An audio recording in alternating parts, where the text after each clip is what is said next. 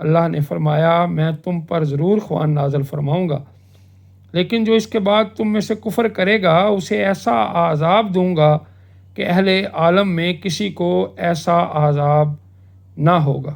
یہ سورۃ المائدہ آیت نمبر 111 سے 115 تک کا ترجمہ ہے۔ ان آیات مبارکہ میں خوان یا طعام کے لیے معاہدہ کا لفظ استعمال ہوا ہے۔ معاہدہ ایسے دسترخوان کو کہتے ہیں جس پر کھانا چنا جاتا ہے۔ حضرت عمار بن یاسر رضی اللہ تعالیٰ عنہ سے روایت ہے کہ حضور اکرم صلی اللہ علیہ وآلہ وسلم نے فرمایا آسمان سے دسترخوان اترا جس میں روٹی اور گوشت تھا۔ ان کو حکم ملا کہ خیانت نہ کریں، ذخیرہ نہ کریں اور نہ کل کے لیے اٹھا رکھیں، لیکن انہوں نے خیانت کی، ذخیرہ کیا اور اٹھا کر رکھا تو وہ بندروں اور سوروں میں تبدیل ہو گئے۔ یہ ابن کثیر کی روایت ہے۔ حضرت عیسیٰ علیہ السلام کا عقیدہ، ارشاد باری تعالیٰ ہے آپ کہہ دیجئے کہ وہ اللہ تعالیٰ ایک ہی ہے، وہ معبود برحق ہے، بے نیاز ہے، کسی کا باپ ہے اور نہ کسی کا بیٹا اور کوئی اس کا ہمسر نہیں۔ سورۃ الاخلاص۔ نصارہ نے اللہ تعالیٰ کے ساتھ حضرت عیسیٰ علیہ السلام اور روح القدس یعنی حضرت جبرائیل علیہ السلام ہی کو شریک کرنے پر اکتفا نہیں بلکہ حضرت مریم علیہ السلام کو بھی خدا کا درجہ دے دیا۔ دراصل نصارہ بھی یہودیوں کی طرح مختلف فرقوں میں تقسیم ہو گئے تھے۔ اس وقت ان میں 3 فرقے تھے۔ ایک کستوریہ جو عیسیٰ علیہ السلام کو خدا کا بیٹا کہتے تھے، دوسرا یعقوبیہ جو عیسیٰ علیہ السلام کو خدا کے ساتھ متحد مانتے تھے، تیسرا ملکانیہ جو حضرت عیسیٰ علیہ السلام کو 3 خداؤں میں سے ایک مانتے تھے۔ نزول قرآن کے وقت بھی نصارہ فرقوں میں تقسیم تھے۔ ان کا عقیدہ 3 الگ الگ اصولوں پر مبنی تھا۔ ایک فرقہ کہتا تھا کہ مسیح عین خدا ہیں اور خدا ہی بشکل مسیح دنیا میں اترا۔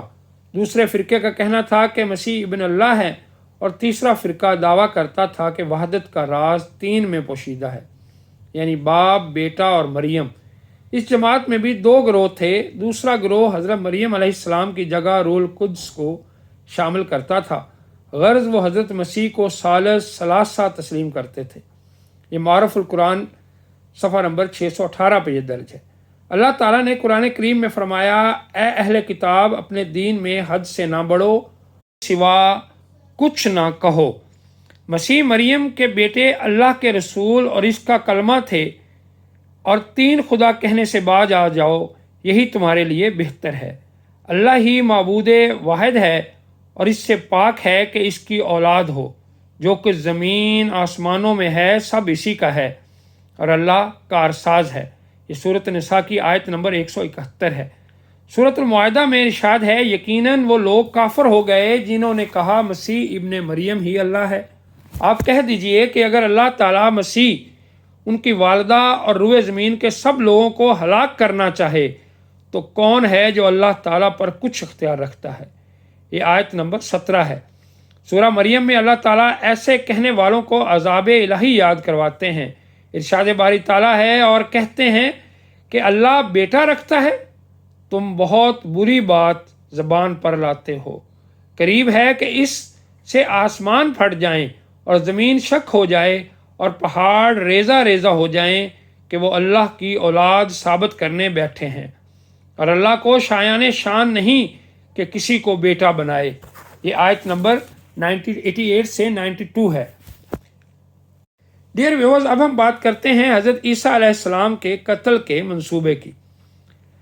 حضرت عیسیٰ علیہ السلام یہود و نصارہ کے بھٹکے ہوئے لوگوں کو توحید حق کی تعلیم دیتے رہے اور انہیں واعظ و نصیحت فرماتے رہے، لیکن یہودیوں نے نہ صرف ان کی تکذیب کی بلکہ مسلسل اہانت بھی کرتے رہے۔ حضرت عیسیٰ علیہ السلام کی نبوت کو 3 سال ہی کا عرصہ گزرا تھا کہ بنی اسرائیل نے آپ علیہ السلام کو اپنے لیے بڑی رکاوٹ سمجھتے ہوئے قتل کا منصوبہ بنا لیا۔ قرآن کریم میں ہے اور کافروں نے مکر کیا اور اللہ تعالیٰ نے بھی خفیہ تدبیر کی، اور اللہ تعالیٰ سب سے بہتر خفیہ تدبیر کرنے والوں سے ہے۔ یہ سورہ آل عمران کی آیت نمبر 54 ہے۔ حضرت عیسیٰ علیہ السلام کے زمانے میں شام کا علاقہ رومیوں کے زیر نگی تھا۔ یہاں ان کی طرف سے جو حکمران مقرر تھا وہ کافر تھا۔ یہودیوں نے حضرت عیسیٰ علیہ السلام کے خلاف اس کے کان بھر دیے، چنانچہ اس نے یہودیوں کے مطالبے پر حضرت عیسیٰ علیہ السلام کو سولی دینے پر چڑھانے کا فیصلہ کر لیا، لیکن اللہ تعالیٰ نے انہیں بحفاظت آسمان پر اٹھا لیا اور ان کی جگہ ان کے ہم شکل کو سولی دے دی گئی۔ تاہم وہ یہی سمجھتے رہے کہ انہوں نے مسیح ابن مریم کو سولی پر لٹکایا، آسمان پر اٹھا لیا گیا۔ اللہ تعالیٰ کا ارشاد ہے، اور یہ کہنے کے سبب کہ ہم نے مریم کے بیٹے عیسیٰ مسیح علیہ السلام کو جو اللہ کے پیغمبر تھے قتل کر دیا ہے، حالانکہ انہوں نے عیسیٰ کو قتل کیا اور نہ ہی سولی پر چڑھایا، بلکہ ان کے لیے ان عیسیٰ علیہ السلام کا مشابہ بنا دیا گیا تھا۔ جو لوگ ان کے بارے میں اختلاف کرتے ہیں وہ ان کے حال سے شک میں پڑے ہوئے ہیں، اور پیروی زن کے سوا ان کو اس کا مطلق علم نہیں، اور انہوں نے عیسیٰ علیہ السلام کو یقیناً قتل نہیں کیا، بلکہ اللہ نے ان کو اپنی طرف اٹھا لیا، اور اللہ غالب اور حکمت والا ہے۔ یہ سورۃ نساء کی آیت نمبر 157 اور 158 ہے۔ حضرت ضحاک فرماتے ہیں کہ قصہ یوں پیش آیا کہ جب یہود نے حضرت مسیح علیہ السلام کے قتل کا ارادہ کیا تو آپ علیہ السلام کے حواری ایک جگہ جمع ہو گئے۔ حضرت مسیح علیہ السلام بھی ان کے پاس تشریف لے آئے۔ ابلیس نے یہود کے اس دستے کو جو آپ علیہ السلام کے قتل کے لیے تیار کھڑا تھا حضرت عیسیٰ علیہ السلام کا پتہ بتایا۔ اس طرح 4000 افراد نے مکان کا محاصرہ کر لیا۔ حضرت عیسیٰ علیہ السلام نے اپنے حوارین سے فرمایا، تم میں سے کوئی شخص اس کے لیے آمادہ ہے کہ وہ باہر نکلے اور اسے قتل کر دیا جائے، اور پھر جنت میں وہ میرے ساتھ ہو۔ ایک شخص نے اس قربانی کے لیے اپنے آپ کو پیش کر دیا۔ آپ علیہ السلام نے اسے اپنا کرتا امامہ عطا فرمایا، پھر اس پر آپ علیہ السلام کی مشابہت ڈال دی گئی، اور جب وہ باہر آیا تو یہود اسے پکڑ کر لے گئے اور سولی پر چڑھا دیا، جبکہ حضرت عیسیٰ علیہ السلام کو اللہ تعالیٰ نے آسمانوں پر اٹھا لیا۔ قیامت سے پہلے دوبارہ نزولی ہوگی۔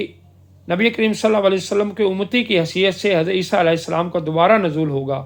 امت مسلمہ کی قیادت و رہنمائی، فتنہ دجال کی سرکوبی، خنزیر کا خاتمہ کریں گے، صلیب کا توڑ دینا اور یاجوج ماجوج کا خاتمہ کریں گے، فسق و فجور کا سد باب، امن و امان کا قیام، اسلام کا بول بالا، قرب قیامت کی وہ حقیقتیں ہیں کہ جن کے ظہور کا تذکرہ احادیث کی تمام کتب بشمول صحیح بخاری اور صحیح مسلم میں موجود ہے۔